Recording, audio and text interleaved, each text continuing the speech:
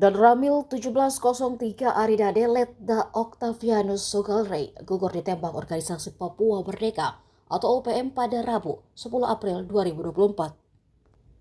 Saat kejadian berdasarkan video yang ramai beredar, Letda Octavianus melintas di jalan ruas Trans Ena Rotali Aridade tanpa pengamanan seperti senjata.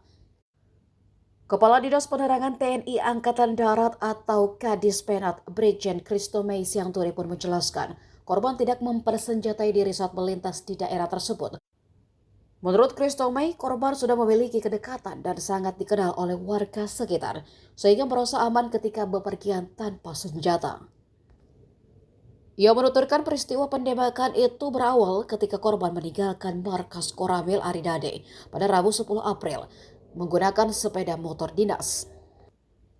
Saat korban keluar dari markas Koramil, OPM sudah menunggu korban untuk mengeksekusi.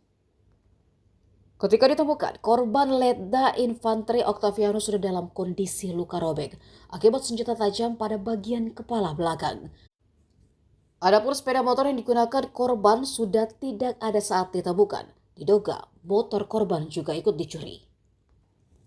Christomei menyebut kelompok OPM yang membunuh Letda Octavianus bukanlah masyarakat Paniai. Berdasarkan hasil analisa, pelaku penembakan berasal dari Kodam 13, pimpinan Matias Gobay.